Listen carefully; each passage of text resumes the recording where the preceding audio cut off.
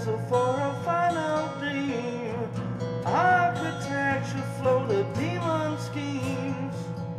Consider this as a gift, one of which you can sit back and enjoy.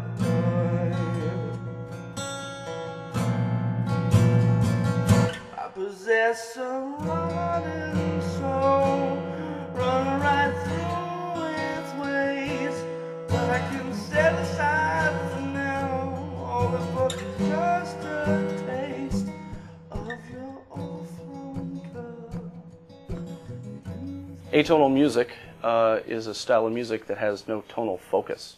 It allows you to use notes that will not be used in conventional scales, bringing forth kind of ugly sounds that people aren't used to.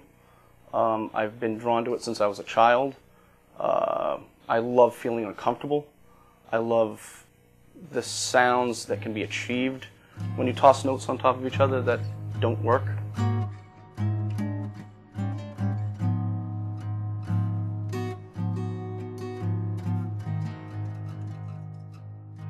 My roots and upbringings play a huge part in my music. I was very lucky to be in a household that was very musical. Brother that played guitar, my mother played piano.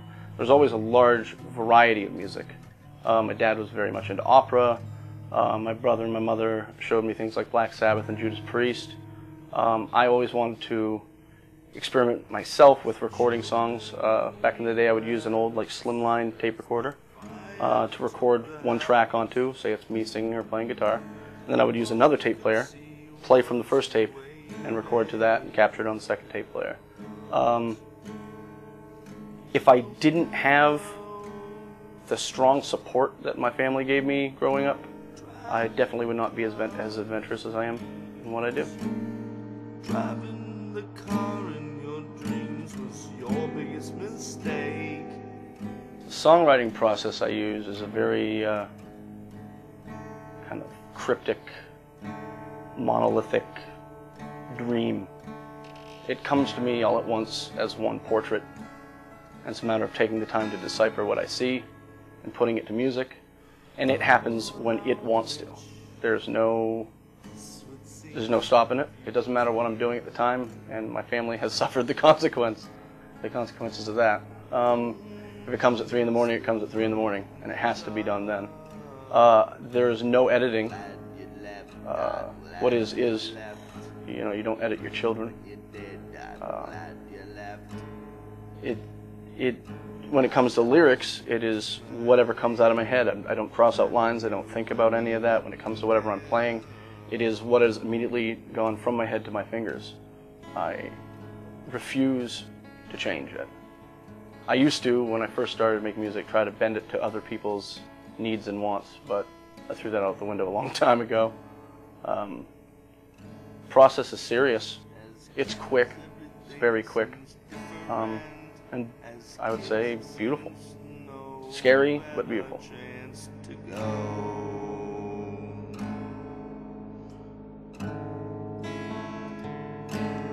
Hanging tinsel from your face.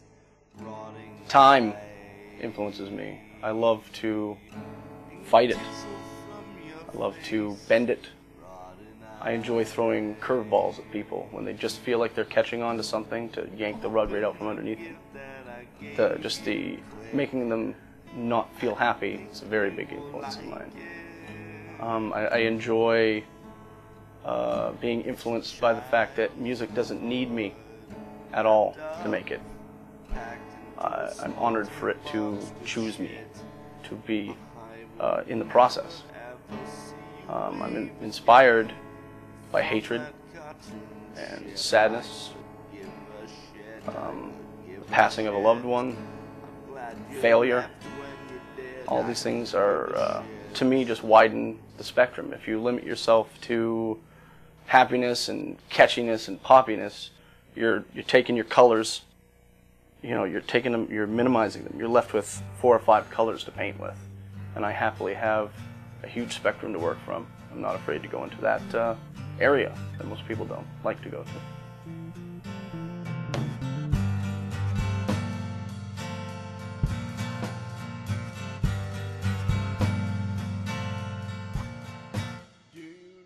My songwriting really started out in loneliness and monotony.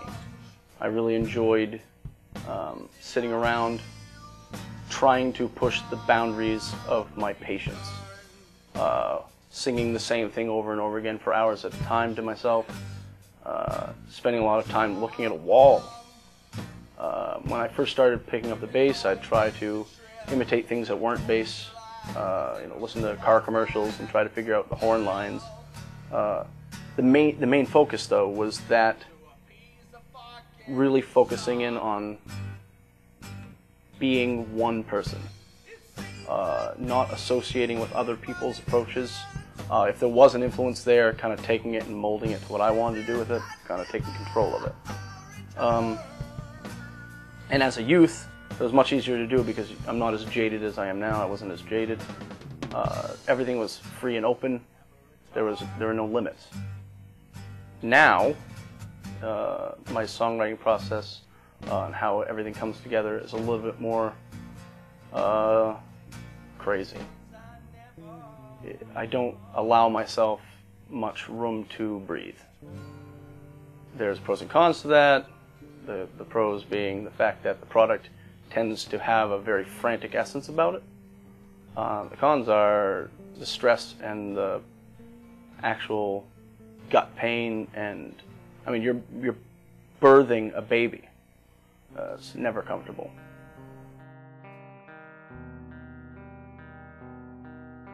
One of my biggest pet peeves about the way other people record music is they drag it out over years and years. You hear a band, they take 2 years in the studio to make a product, and it comes out sounding completely contrived and has no spark to it. I like to catch it in the moment. I don't care if they're mistakes. I want it to sound human. I don't play to a click track. I don't do anything that would suck the life out of my child. So if that means I've got to mic myself crying from across a room, to vomiting in the toilet, to my instrument breaking, if a string breaks, or it's supposed to happen, it's part of the picture, you got to go with the flow. That started as a child because I didn't have many things that were nice or weren't worth a lot of money. Things broke constantly, and instead of having to go back and forth and tape over the same cassette tape 500 times to get something perfect, leave the flaws in. The flaws are magic.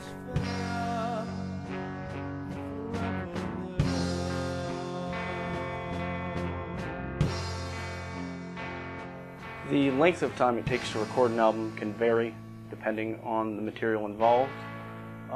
It has everything to do with how I feel the image needs to be presented and how it comes to me. That literally could be one take acoustic guitar and vocal, completely improvised on the spot, and be done as quick as it takes to sing it. Or the longest it could take, normally the longest would be about a week. I'll normally go in and I'll get my first initial picture down, my first photograph, whatever first instrument is called to me, be it vocals, be it drums, guitar, bass, whatever it is.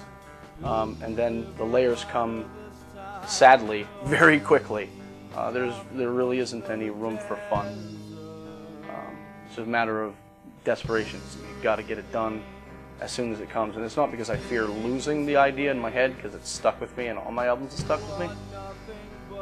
It's important that the capture is there. The spirits want the capture.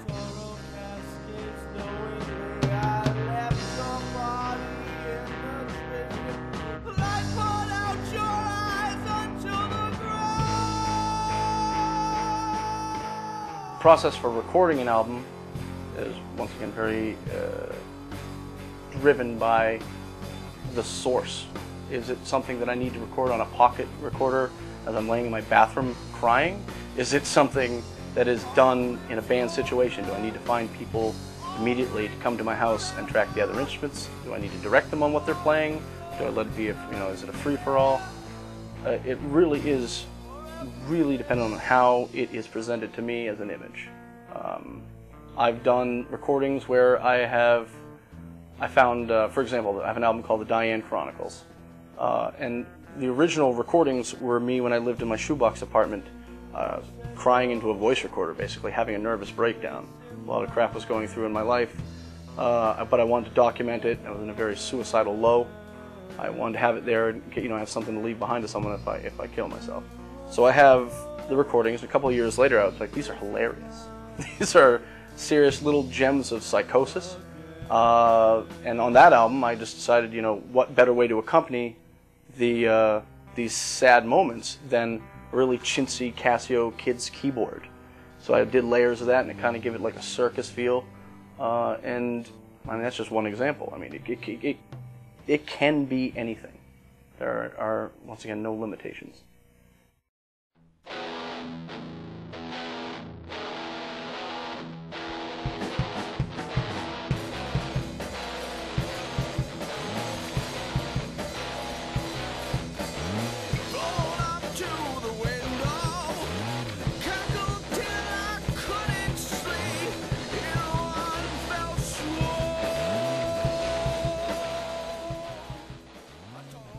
When it comes to the content of my records or the rate at which they come, a lot of people are shocked by the speed. I'm not at all. I'm used to being in bands where I write, you know, dozens and dozens of songs at a fast rate just to get records done. When it comes to my solo record, there's no other people to get in the way of what I'm doing. So the speed isn't, you know, ruined. What I do is kind of gather together these little articles, these sound clips in my head, get them down as soon as possible, and if that is what I'm supposed to do in that day, then that's what I'm supposed to do in that day. If it's 3 records that come, I'm in that studio all day long. If it's, you know, if there's a break in time, like right now I'm currently going through a 4-month self-imposed hiatus to get away from it, to give myself a break, which has been really hard. It's an ongoing battle. It's an ongoing battle of sanity.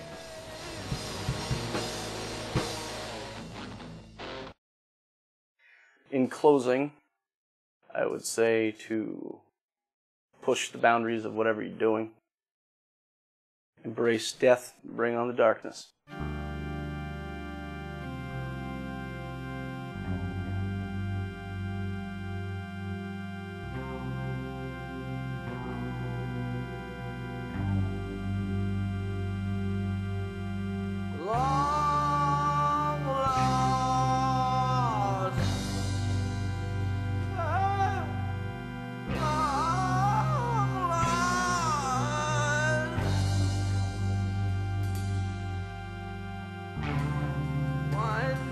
From my mouth.